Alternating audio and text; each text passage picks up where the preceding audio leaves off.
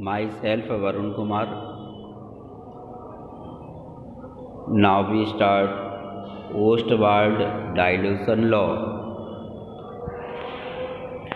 Let Ba is a weak electrolyte and dissociated B plus and A minus. According to law of mass action, rate of forward reaction is directly proportional active mass of Ba. Directly proportional sign remove करेंगे तो constant लगाएंगे तो R F equal K F active mass of B A. Similarly R B यानी rate of backward reaction is directly proportional active mass of B A and active mass of A negative. R B equal K B active mass of B A B plus and A minus.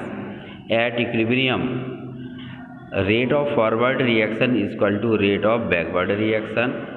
तो rate of forward reaction और rate of backward reaction की value put कर देंगे तो Kc की value आ जाएगी active mass of B plus and A minus upon active mass of B A.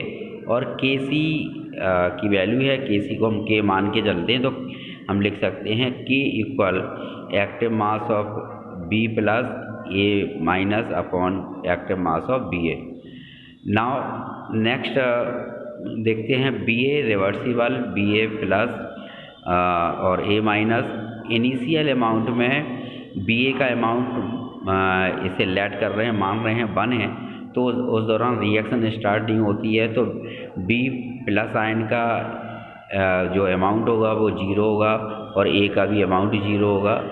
After some second, ठीक है, कुछ सेकेंड के बाद मान लो जो B प्लस है अल्फ़ा में डिसोसिएट हो गया, A माइनस भी अल्फ़ा में डिसोसिएट हो गया, तो बी ए का जो रिमेनिंग अमाउंट है वो है बचा 1 माइनस अल्फ़ा.